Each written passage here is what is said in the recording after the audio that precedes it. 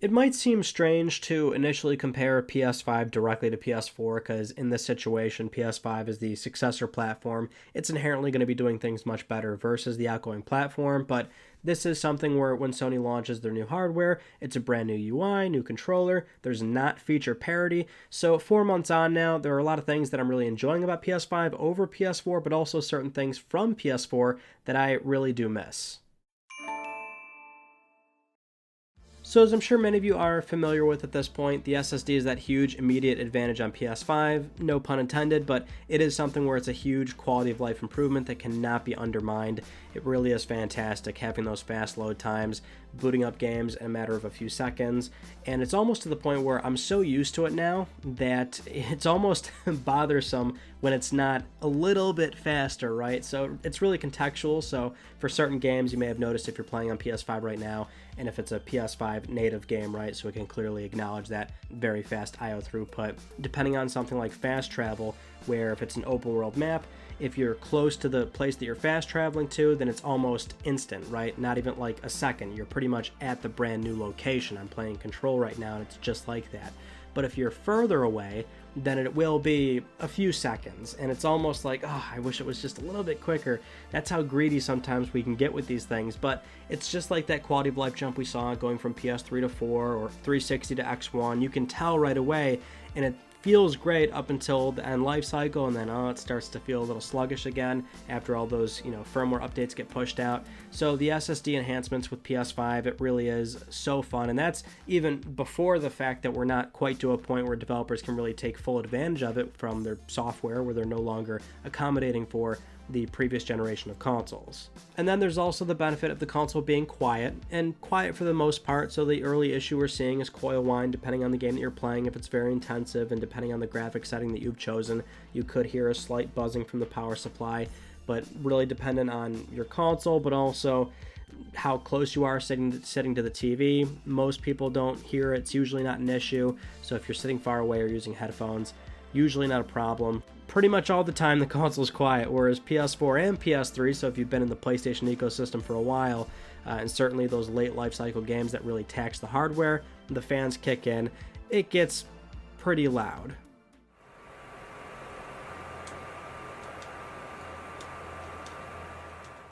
And then also PS5 will boost the performance of PS4 games, so this is something where it's kind of a no-brainer, right? Sometimes with brand new console launches, even if they have backwards compatibility, what we've seen, in prior years, prior generations, that's always great, and it makes it much easier to upgrade. But in those situations, it's pretty much native compatibility through SoC support or it's emulation, so sometimes it'll actually be a little dodgy, but here it's actually much better. You're playing PS4 games better than ever, boosted performance, boosted frame rate. If it's a dynamic resolution, you're getting the top end of that resolution, and that's fantastic. So with a brand new console launch where you might not need to upgrade right away because the first year is always going to be a little bit slow in terms of actual native support for those full next generation games where the developers don't have to accommodate for outgoing platforms. It'll take a while until we get there, but this is just a really awesome PlayStation 4 console that's also a PS5 if you just want to use it largely for PS4 software. That's not really a bad thing. To be honest, that's what makes upgrading this time around so much better, whereas normally being an early adopter, it's not the best thing in the world, and you'll always still be better off buying a machine later down the road when Sony eventually does a revision or slims down the console and makes it more power efficient. There's always advantages there, but it's actually not too bad to buy this thing now. Then, of course, there is the new controller, the DualSense. This is something where, 4 months on at this point, it's excellent. I really enjoy this thing. It's a great controller. It's a little bit larger, but I think that's more accommodating and comfortable. It's a great build quality. It's a huge build quality jump over the DualShock 4. So you go back to that controller and you can just feel how cheap that is, it's still strange to think of because that was a huge build quality jump from the DualShock 3. And pick up one of those nowadays, it really does feel like a toy, and that was the PlayStation controller, largely that shell for the better part of 12, 13, 14 something years, something in that neighborhood. But the DualSense is really great, and the haptics, the adaptive triggers, even if you don't like these, you can always turn them off in settings. which that's good. So there's some people that are starting to dislike it depending on the software that's being used for it. And it's like when we did an overview of Astro's Playroom in my PS5 review, it's a game that, you know, it uses it almost too much, right? Just to show you all the cool ways that it can be utilized, but not every single piece of software really needs to use it to the same degree that Astro has. It's just kind of a showcase of what could potentially be offered by software developers down the road. But again, if you don't like it, at least it can be turned off.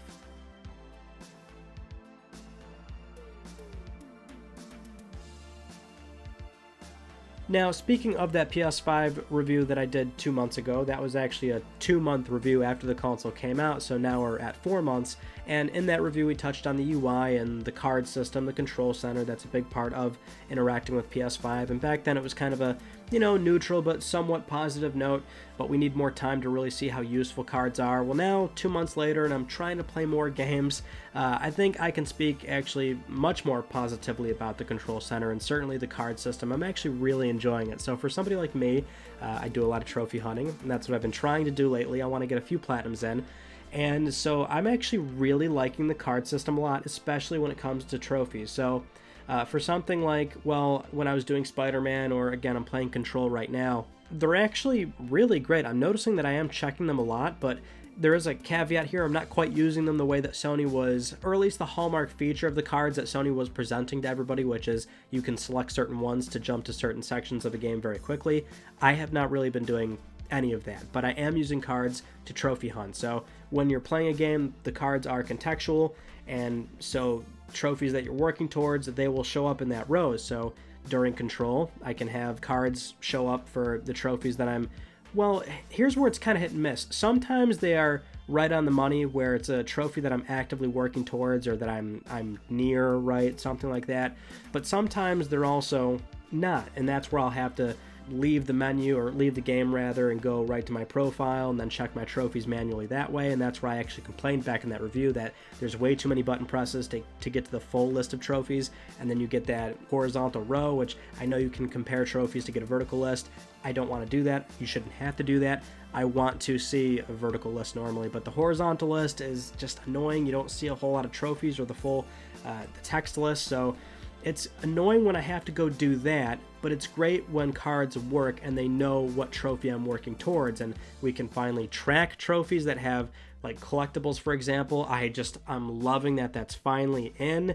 And then also the first card normally will be the mission that you are actively working towards. That'll be a card that's not necessarily a trophy, but it will just tell you about the certain mission that you're working on, and you can also have game help in there. And again, I'm going to say it like I did in previous videos, I'm actually really enjoying game help. I did not think this was going to be such a cool and handy feature, but it's so much easier and so much more convenient to quickly look at a hint for a puzzle or just how to solve the puzzle versus going to YouTube, you know, searching through all these different videos and then getting frustrated because I don't get my answer right away, going back to my game. I actually really enjoy it. And the estimated time as well. It's also just a quick glance. Okay, I can probably play a little bit more.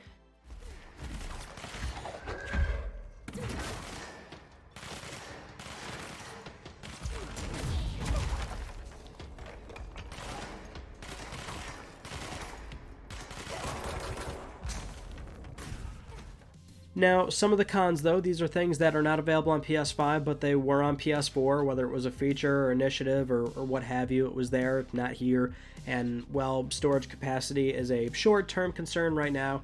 Honestly, for me, it's not even really a problem. I think on my internal SSD storage, I've got 20-something games installed, and then my extended storage for PS4 software, which you should always use extended storage to save that SSD space.